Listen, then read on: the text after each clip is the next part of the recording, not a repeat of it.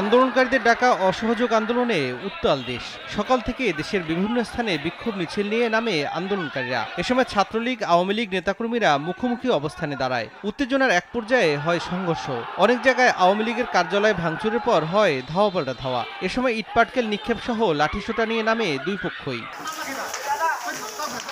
ভোলায় বৈষম্য বিরোধী আন্দোলনকারীরা রাজপথে নামলে আওয়ামী লীগ কর্মীরা প্রতিহত করতে গেলে দফায় দফায় ধাওয়া পাল্টা ধাওয়া সংঘর্ষের ঘটনা ঘটে। এ সময় আন্দোলনকারীরা আগুন দিয়ে পুড়িয়ে দেয় জেলা আওয়ামী লীগ, শ্রমিক লীগ ও স্বেচ্ছাসেবক লীগ অফিস ও ৩০টি মোটরসাইকেল। এরপর ডিসি অফিস, পৌরভবন ও মুক্তিযোদ্ধা সংসদের সামনের কয়েকটি গাড়িতে আগুন দেওয়া সহ ভাঙচুর করা হয়। পুলিশ সাউন্ড গ্রেনেড ও টিয়ার সেল নিক্ষেপ করে পরিস্থিতি নিয়ন্ত্রণে আনতে চেষ্টা করে। এতে অন্তত ২০ জন আহত হয়েছেন।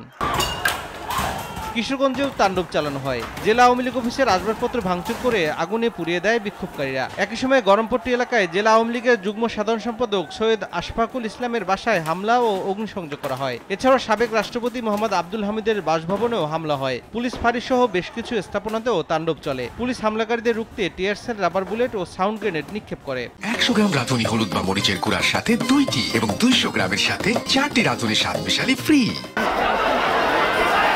পাবনাতেও আন্দোলনকারীরা সড়কে নামলে প্রতিহত করতে যায় আওয়ামী লীগ ও ছাত্রলীগের নেতাকর্মীরা। এ সময় তাদের উপর চড়াও হয় বিক্ষোভকারীরা। শহরের আব্দুল হামিদ সড়কে সংঘর্ষের মাঝে পড়ে গুলিবিদ্ধ হয়ে সদর হাসপাতালে আসা ৩ জন মারা গেছেন। সদর হাসপাতাল কর্তৃপক্ষ এ তথ্য নিশ্চিত করেছে। ফেনীর মহিপাল এলাকায় ঢাকা-চট্টগ্রাম মহাসড়কে ৬ জন নিহত তথ্য নিশ্চিত করেছেন জেলা সদর হাসপাতালের আবাসিক চিকিৎসা কর্মকর্তা আসিফ ইকবাল।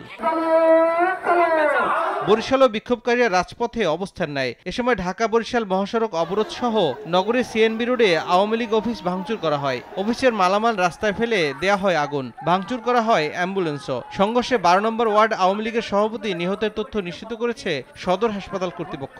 এছাড়াও পানি সম্পদ প্রতিমন্ত্রী জাহিদ ফারুকের বাড়িতেও হামলা সহ অর্ধশত মোটরসাইকেলে ভাঙচুর ও বিএনপি অফিসেও আগুন দেওয়া হয়। রংপুরে সকাল থেকে নগরীর টাউন হল, পায়রা চত্বর, জাহাজ কোম্পানি মোড় সহ বিভিন্ন পয়েন্টে বিক্ষোভ ও মিছিল করে আন্দোলনকারীরা। এ সময় আওয়ামী লীগের সঙ্গে ধাওয়া পাল্টা দেওয়া হয়। সংঘর্ষে আহত হয়ে রংপুর মেডিকেলে ২ জন আওয়ামী লীগ নেতার মৃত্যুর তথ্য নিশ্চিত করেছে হাসপাতাল কর্তৃপক্ষ। খুলনায় বিক্ষোভকারীরা রাজপথে নেমে সড়ক অবরোধ করলে আওয়ামী লীগের কর্মীরা বাধা দিলে ধাওয়া পাল্টা দেওয়া হয়। এ সময় আওয়ামী লীগ অফিস ও জেলা প্রশাসক কার্যালয়ে হামলা ও অগ্নিসংযোগ করা হয়। পরে বিভিন্ন যানবাহনে আগুন দেয় বিক্ষোভকারীরা।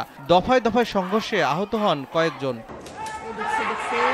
কুমিল্লাতেও আন্দোলনকারীরা সড়ক অবরোধ করে অবস্থান নেয়। আলেখাচর এলাকায় ধাওয়া পাল্টা ধাওয়া হয়। সড়কের মোড়ে মোড়ে ছাত্রলীগের কর্মীদের অবস্থান নিতে দেখা যায়। সংঘর্ষে একজন নিহতের খবর জানা গেছে হাসপাতাল সূত্রে। বগুড়া শহরের সাতমাথায় বিক্ষোভকারীরা আওয়ামী লীগ, ছাত্রলীগের উপর ইটপাটকেল নিক্ষেপ সহ লাঠিসোঁটা নিয়ে হামলা চালালে সংঘর্ষ বাধে। এ সময় ককটেল বিস্ফোরণ হলে পরিস্থিতি নিয়ন্ত্রণে সতর্ক অবস্থান নেয় পুলিশ। কয়েকজন আহত সহ নিহত হয়েছেন ৪ জন। শহীদ জিয়াউর রহমান মেডিকেল কলেজ হাসপাতাল কর্তৃপক্ষ এ তথ্য নিশ্চিত করেছে। বিকেলে বগুড়া ৬ সংসদ সদস্য রাগেবুল হাসান রিপুর বাড়িতে হামলা ও অগ্নিসংযোগ করা হয়। রাজশাহীর মোহনপুর থানা ও মোহনপুর উপজেলা আওয়ামী লীগ অফিসে আগুন দিয়েছে আন্দোলনকারীরা। এছাড়াও পুলিশের গাড়িতেও অগ্নিসংযোগ করা হয়। পরিস্থিতি নিয়ন্ত্রণে আইনশৃঙ্খলা রক্ষাকারী বাহিনীর অতিরিক্ত সদস্য মোতায়েন করা হয়েছে। সকালে মুন্সিগঞ্জ শহরে মুক্তিযোদ্ধা ভাস্কর্য চত্বরে অসহযোগ আন্দোলনকারীরা বিশৃঙ্খলা সৃষ্টি করলে ছাত্রলীগ বাধা দিলে পাল্টাপাল্টি ধাওয়া হয়। এ সময় ককটেল বিস্ফোরণের ঘটনাও ঘটে। আন্দোলনকারীরা মোটরসাইকেলে আগুন ধরিয়ে দেয়। পুলিশ পরিস্থিতি নিয়ন্ত্রণে সাউন্ড গ্রেনেড ও টিয়ার সেল নিক্ষেপ করে। এ ঘটনায় নিহত হয়েছেন ২ জন, আহত কমপক্ষে ৩৫ জন। ফরিদপুরের জেলা আওয়ামী লীগ কার্যালয়ে ভাঙচুর ও অগ্নিসংযোগ করেছে আন্দোলনকারীরা। এলাকায় থমথমে পরিস্থিতি বিরাজ করছে। মাগুরায় এক ছাত্রদল নেতা সহ ২ জনের মৃত্যুর তথ্য নিশ্চিত করেছেন সদর হাসপাতালের পরিচালক মোহাম্মদ মহসিন। সংঘর্ষে জয়পুরহাটেও একজন নিহতের তথ্য নিশ্চিত করেছে হাসপাতাল কর্তৃপক্ষ।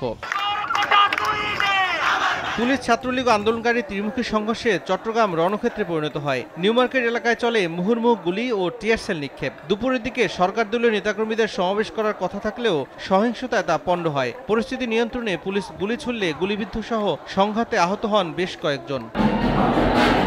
নারায়ণগঞ্জের সব সড়ক মহাসড়কে অবরোধ, যান চলাচল বন্ধ রয়েছে। বিক্ষোভকারীরা শহরের চাষারায় পুলিশ বক্স ও রাইফেল ক্লাব ভাঙচুর করে আগুন ধরিয়ে দেয়। এর আগে ঢাকা নারায়ণগঞ্জ লিংক রোডে আয়কর অফিস ও জেলা পরিষদ কার্যালয় সহ আশপাশের বিভিন্ন পোশাক কারখানায় হামলা চালানো হয়। অচল অবস্থা সৃষ্টি হয়েছে শহর জুড়ে।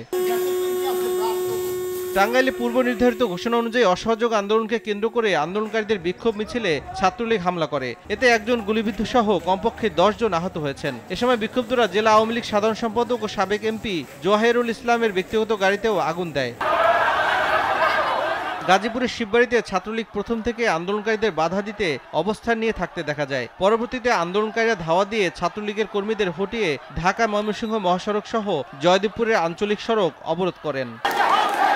এক দফা দাবিতে সাভারে ঢাকা-আরিচা মহাসড়ক অবরোধ করে বিক্ষোভ করে জাহাঙ্গীরনগর বিশ্ববিদ্যালয়ের আন্দোলনকারীরা। এতে অংশ নেয় বিভিন্ন শিক্ষা প্রতিষ্ঠানের শিক্ষার্থী, শিক্ষক, অভিভাবক সহ সাধারণ জনতা। এ সময় আইনশৃঙ্খলা বাহিনী কিংবা আওয়ামী লীগ ও এর অঙ্গ সংগঠনের কাউকে দেখা যায়নি। এদিকে আশুলিয়ার বাইপেলে ধাওয়া ধাওয়ার সময় ট্রাফিক বক্সে ভাঙচুর ও লুটপাটের ঘটনা ঘটেছে। এতে আহত হয়েছেন কমপক্ষে 20 জন। এদিকে বিকেলে আশুলিয়া প্রেস ক্লাবে আগুন দেয় আন্দোলনরতরা। সিরাজগঞ্জেও দেশব্যাপী ডাকা অসহযোগ আন্দোলনে বিক্ষোভকারীদের সঙ্গে পুলিশের ব্যাপক সংঘর্ষ হয়েছে। পুলিশ বক্সে হামলা চালানো সহ সরকারি বেসরকারি নানা স্থাপনাতেও ভাঙচুর চালানো হয়। পরিস্থিতি নিয়ন্ত্রণে টিয়ার সেল ও রাবার বুলেট নিক্ষেপ করে আইনশৃঙ্খলা রক্ষা বাহিনী। এতে আরটিভির চিত্র সাংবাদিক সহ আহত হয়েছেন অন্তত 20 জন। তৌফিক মাহমুদ, সময় সংবাদ।